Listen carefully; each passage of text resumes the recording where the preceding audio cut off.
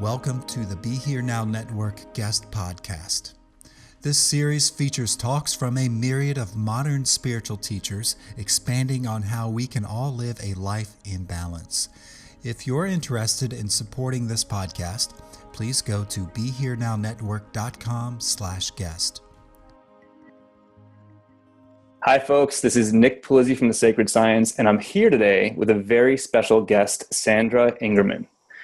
If you're immersed in the world of shamanism, you most likely already know who Sandra is. Her work has been an inspiration to many of us for decades. A few dear friends of mine have studied with her, and the powerful books she has written have changed countless lives, including my own. Sandra is a world-renowned teacher of shamanism who has been awakening her students for more than 30 years.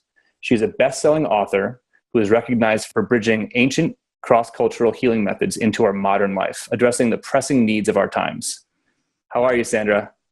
I am doing great. Thanks for inviting me. It's so good to be here with you.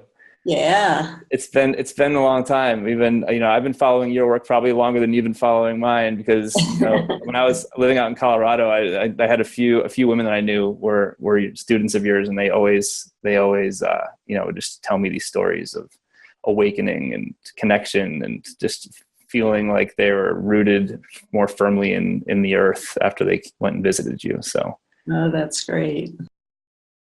So it's interesting to me, I feel like a lot of people, when they think about, shamanism, shamanic practitioners, they envision indigenous folks wearing in traditional garb that, look like what we might have thought of as being like spiritual healers that National Geographic would have shown us back in like the 1980s. So here we are, we're in the outback of Africa, and here are these people.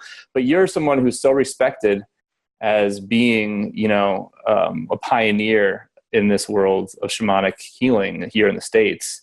And I think it would be exciting to kind of hear how you got to this place as an American. Yeah, absolutely.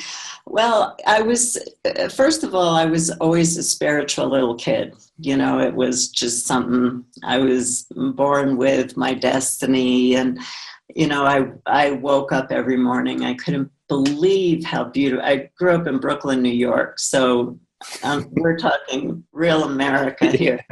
And, but, I'd go outside and the trees and the colors, I just really couldn't believe it. And then when I was 7 years old, I was hit by lightning, which I don't remember where I went while I was hit. I just remember my mother and my brother were actually in the room with me. It was a stray lightning bolt that actually came into our house and threw me against the wall. And I said, Mommy, I died. Mommy, I died. And later on, I learned that was the classic shamanic initiation experience, but I didn't know that, and I didn't know where I went. And I did grow up in the 60s, and I did the whole 60s thing, and did a lot of mind expansive plant medicines. And I knew that there was something more than what I was experiencing where I lived, just going to work and coming home and drinking beer and watching TV and going to bed and, people fighting and crying. And I lived in an immigrant neighborhood, and everybody was screaming all the time. That's all you could hear coming out of the windows. And I knew there was something more to that. And then I moved to the Haight-Ashbury in San Francisco, but nobody told me that Haight-Ashbury had actually been buried. That news hadn't hit Brooklyn yet. And then I had another near-death experience where I drowned in Mexico, and that was one of those big near-death experiences, going down the tunnel, following out into the light. Wow.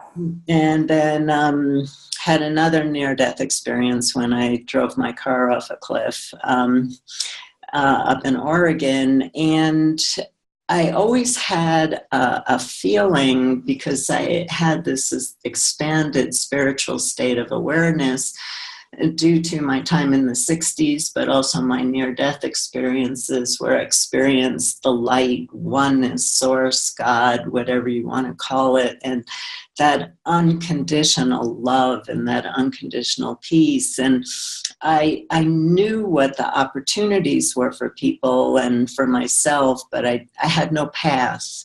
I just had spiritual insights, but I didn't know what to do with them. And then I was really gifted. I got my BA in marine biology, and then I realized I really miss working with people, and I went to the California Institute of Integral Studies in San Francisco, and I got my master's in counseling psychology. And while I was going to school there, I was working there too, and I was told that a guy was coming out from the East Coast and was going to teach a workshop on something called shamanism. I didn't know what it was. And they said I could get 2 easy units if I signed up for the workshop. And I was working 60 hours a week to put myself through school. So 2 easy units sounded good. And it was Michael Harner, a well-known anthropologist. And he was teaching a weekend workshop on how to do what's called shamanic journeying.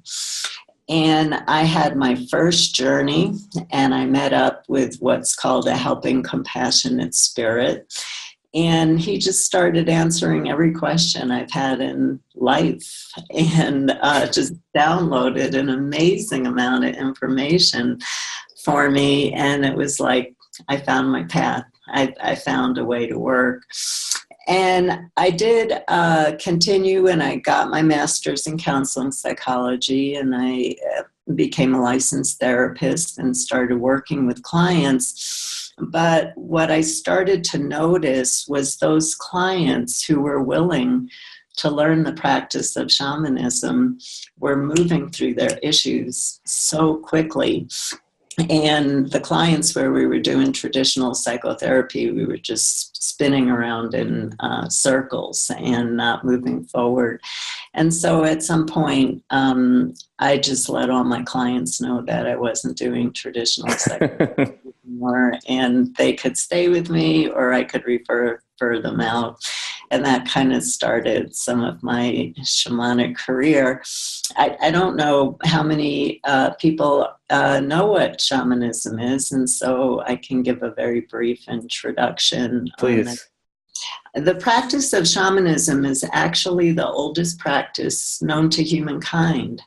We know from the archaeological evidence that it dates back over 100,000 years. And I know that a lot of your work has been in Peru and South America. My interest in shamanism has more been from the Central Asian traditions, the Siberian shamans, the Mongolian shamans. And the word shaman itself comes from the Tungus tribe in Siberia, and it means one who sees in the dark or healer. And in the practice of shamanism, and there are so many synchronicities of the same practices all over the world. And so you know that there was some form of communication going on, tens of thousands of years ago to have very similar practices. But a shaman is a man or woman who goes into an altered state of consciousness, either through using percussion, which is how I teach and how I work, or using plant spirit medicine, which many cultures use. And in that altered state of consciousness, a veil between this tangible material world opens up into a beautiful reality called non-ordinary reality, the unseen worlds, the hidden worlds, the dream time by the Australian Aboriginal elders, the other world by the Celtic shamans. So there are many different terms. And because shamanism dates back over 100,000 years, there's a lot of misunderstanding.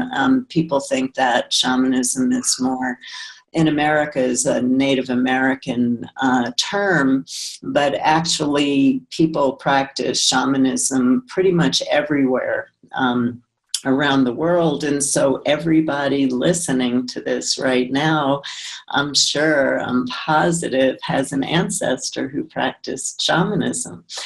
And so shamans go into this altered state of consciousness and go into the unseen worlds where there's a wealth of what we call helping compassionate spirits, power animals, guardian spirits, the spirits of trees and elves and ascended masters and angels and mythic figures are all waiting they have this different perspective on life. They're sitting in the bleachers watching as we humans are playing the game of life, and they're going, no, look to your left, look to your right, move in this direction. And so they have great compassion for us, and they're trying to lead us into a place of higher evolution and personal health. And then the role of the shaman was to perform healing ceremonies for people who were emotionally or physically ill by bringing back lost power, or bringing back soul essence that got lost through trauma, or taking out a spiritual blockage from the body, or removing what's called a possessing spirit. But what's really important to me, and what's been important for me to share in our modern day world, is not just the classic practice of shamanic journeying, of getting the help from our helping spirits and being able to heal ourselves and being able to heal others and the planet. But shamanism is a way of life.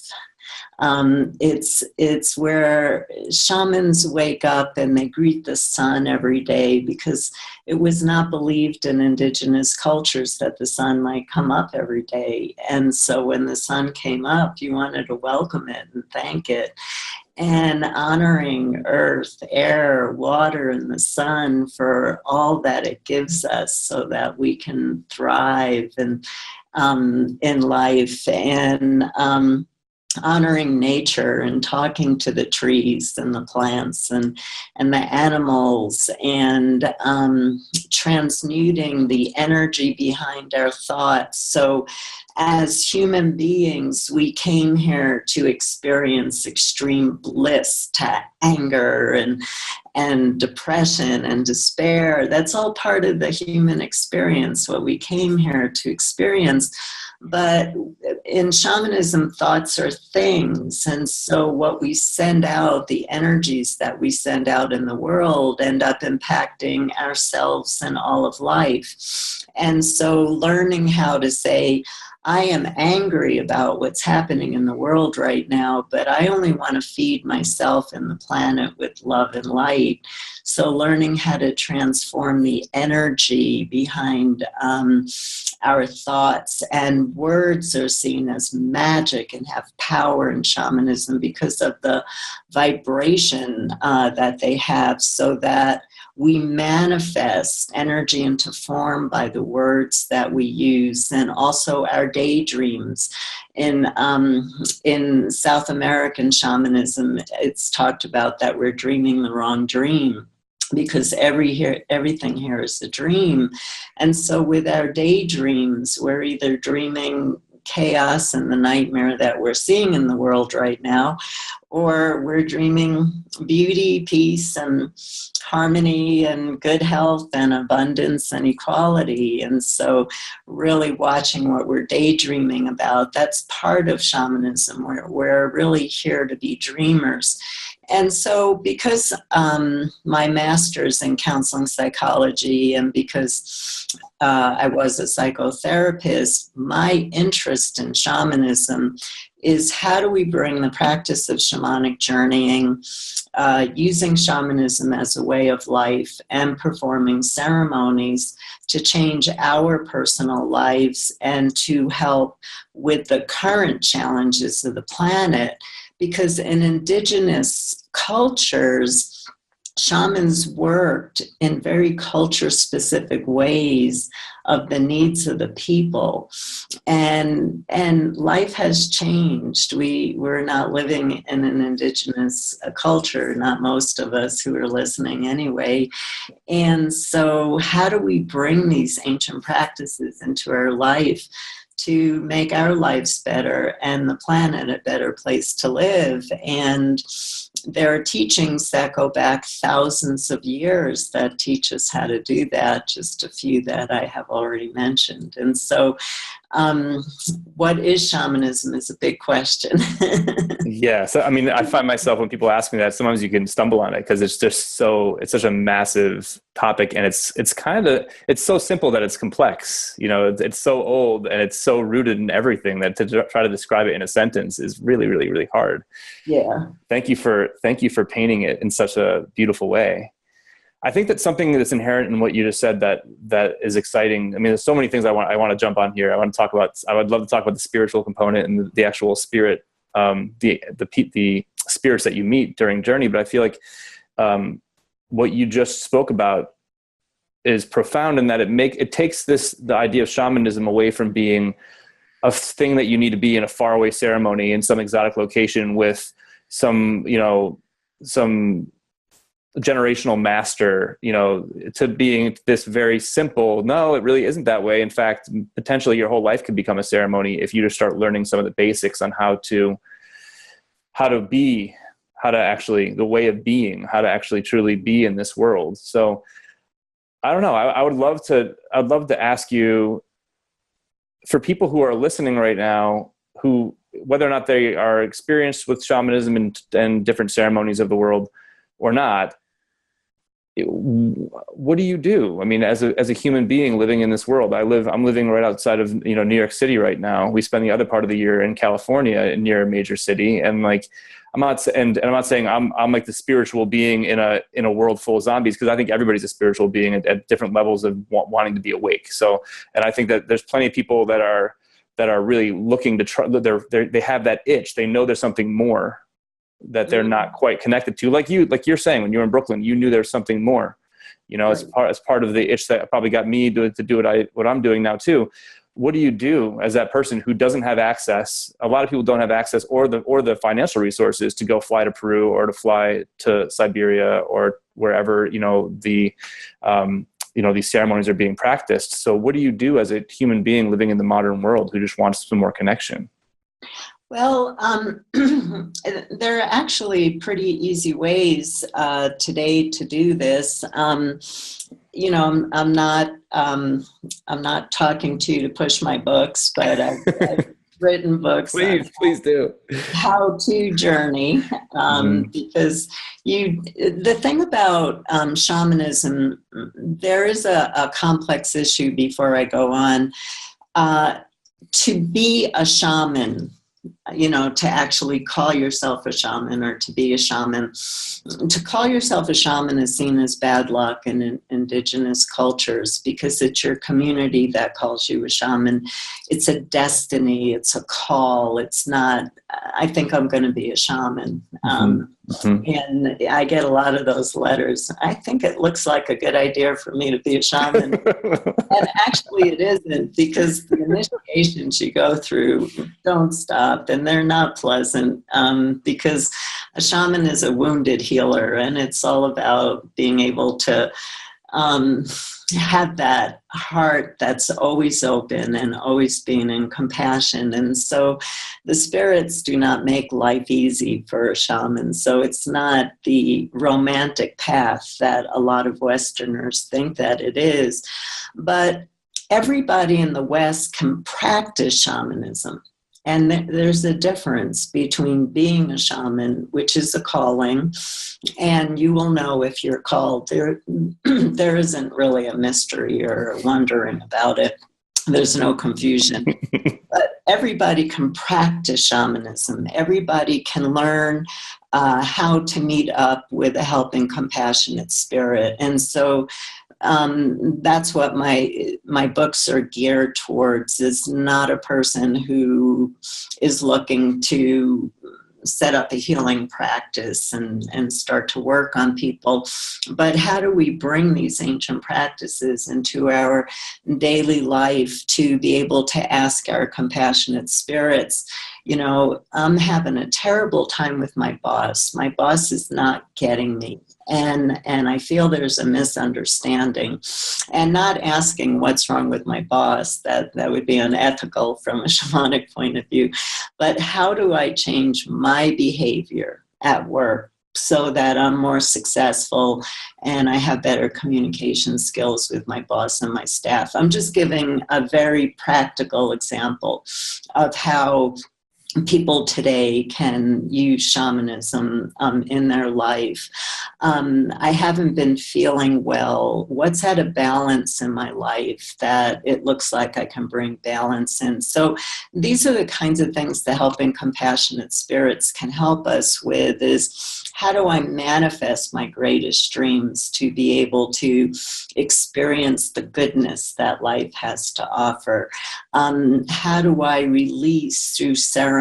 How do I do a fire ceremony where I write on a piece of paper that I don't feel worthy, and I bring that bowl and the fire to the spirits and I say, take this from me? I mean, that's a very simple, you don't have to travel to another country to learn how to move into a sacred space where you do some meditation or singing or dancing or drumming or rattling and putting some music on, and letting go of your egoic thoughts and your concerns and your burdens of the day, and where you step into the world of spirit from a place of heart, and you say to the spirits, please help me, please take this from me. I'm going to blow my problem into a rock and bury it into the earth. Please take this pain and turn it into fertilizer for the earth so that new plants can grow in the spring from what I just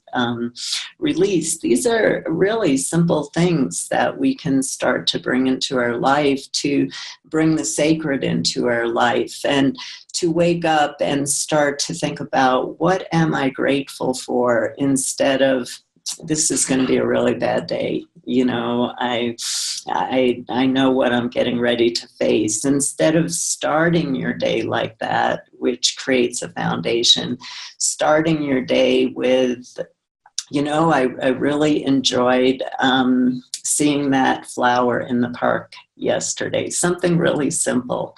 And when you start your day like that, it changes your life. And the thing about shamanism is that the principles are so simple because they come from a pre-technological culture.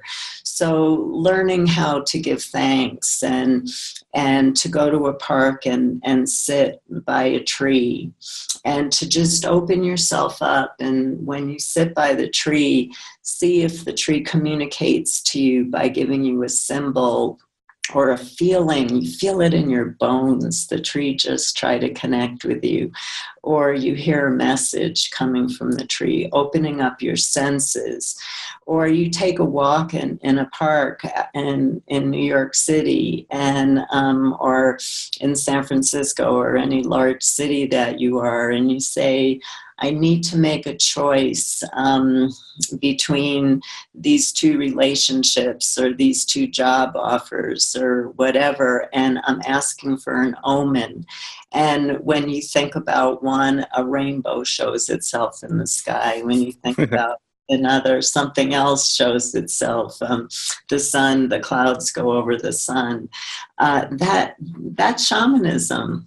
And when you start to bring these very simple practices into your daily life, all of a sudden you realize that there's more than just the tangible world and collecting more material objects or getting a new device or whatever. There's all of a sudden a veil opens up where you realize that you live in a bigger universe than you were originally thinking you were, and that there's magic, there's challenges, that's nature. There's life and death in nature. We see it constantly. There's change in nature. We see that constantly.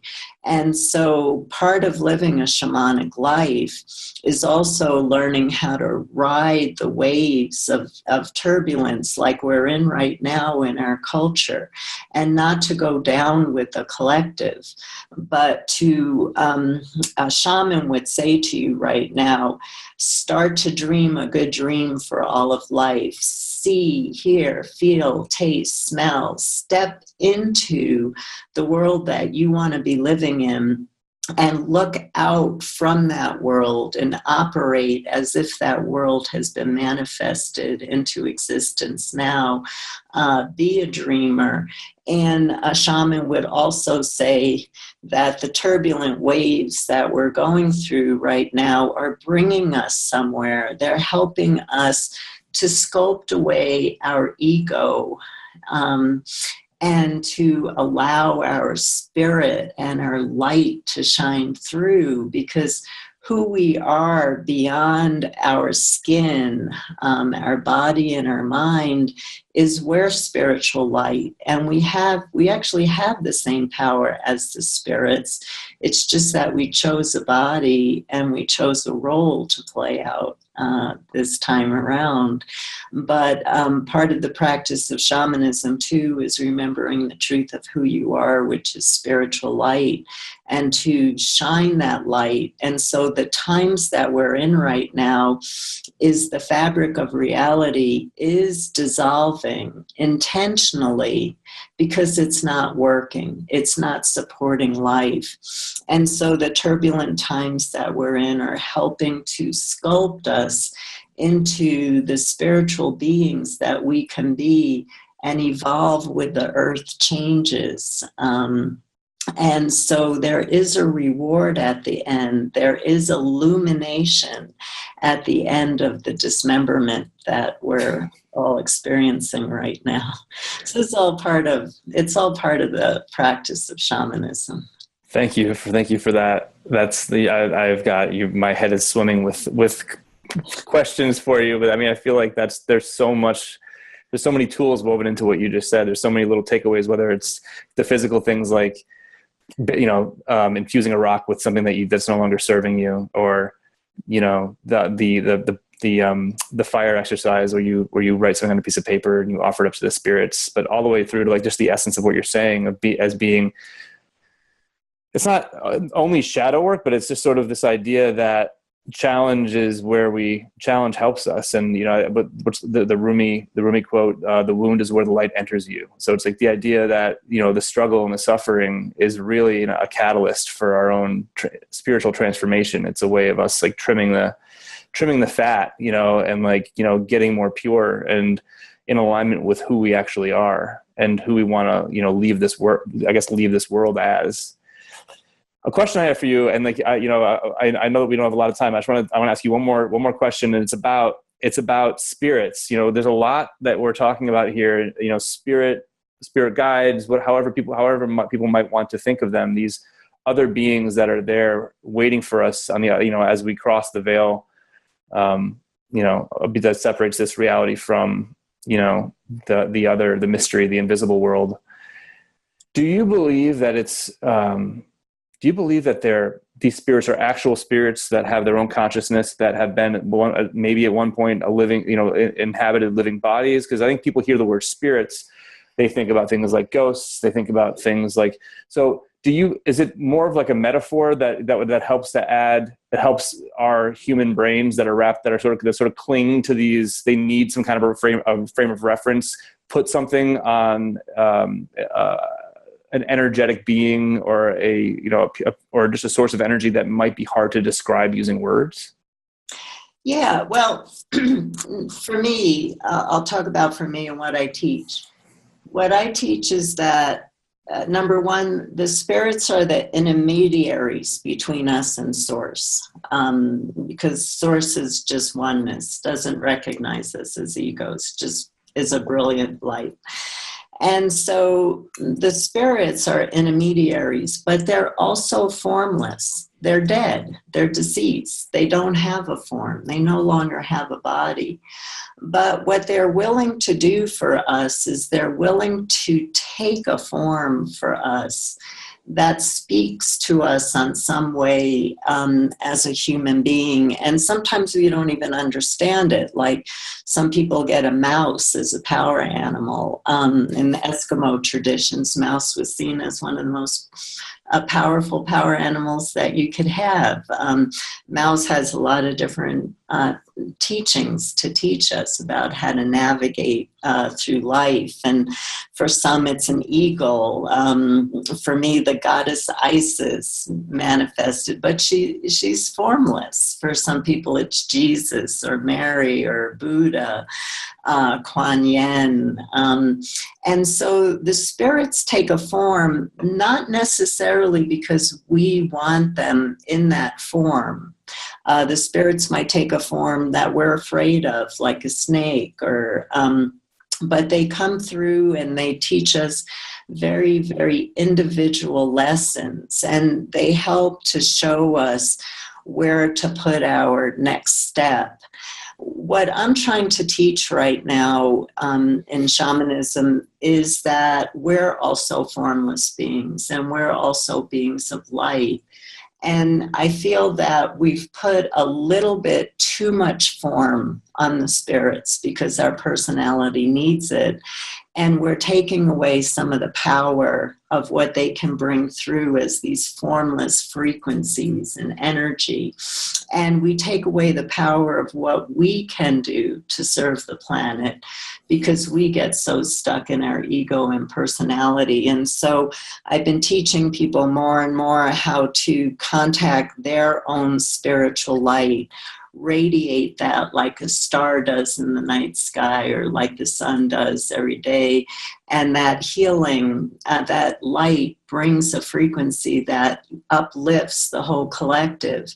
And when we join that with the formless energy of the spirits, and we get away from our habitual need for methods and techniques, but work with our formless energy and the formless energy of the spirits and the energy of light and love, there's nothing we can't do.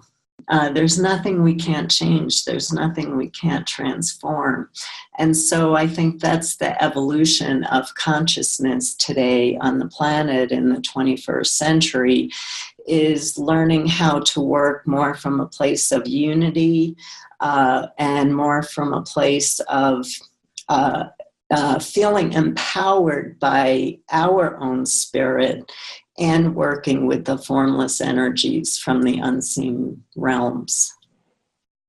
Does that help? I know it's a bigger answer. It totally helps. But my brain is like racing. I've got so much to think about now after we get off this call. I think that people who are watching are probably feeling the same amount of richness. It's like there's so much to process. But thank you for putting words on phenomena that are very hard sometimes to describe and to understand unless you're experiencing them, unless you're in the middle of them, in which case most of us still can't usually describe them. So yeah, and I also wrote free articles that are on my website, and there are YouTube videos, and I really do make it very easy to explain and understand for people to absorb the basic principles of what shamanism is about and what the positive that that practice can bring into our lives right now. So if people want to go deeper with you, what's the best way to do that? Well, the first step would be to go to my website, sandraingerman.com. I write a free monthly column. I haven't missed a month since 2000, where I keep people inspired. And so just reading that and some of the articles will help. I have taught a bunch of online courses that are still available to sign up for. So if you can't travel to a workshop, there are online courses that take you step by step through shamanic journeying and how to perform a ceremony. And then one of my latest books, Walking in Light, has everything that we just talked about, all in one sweet little book that you can go through slowly and start to learn how to bring the sacred into every moment of your life. Walking in Light. Yes. That's what it's called. Yeah, Walking in Light, the everyday empowerment of shamanic life. Oh my gosh, I have not read that one. I can't wait to read that. Sandra, thank you so much for joining us today. It's really an honor. Yeah, it's an honor for me too, Nick, and I'm always happy to come back on, lead your group in some experiences. Really? Help the group go deeper into the work too. So we'll stay in touch with each other. Really? Oh my gosh, that's amazing. I would be honored. Oh my gosh, that makes me very excited. Thank you. Yeah, we'll take you up on that for sure. Yeah, and thank you for all the brilliant work that you're doing. Yeah, well, you helped lay the foundation, so really appreciate it. Yeah, thanks. Many blessings to you and to everybody listening. Likewise.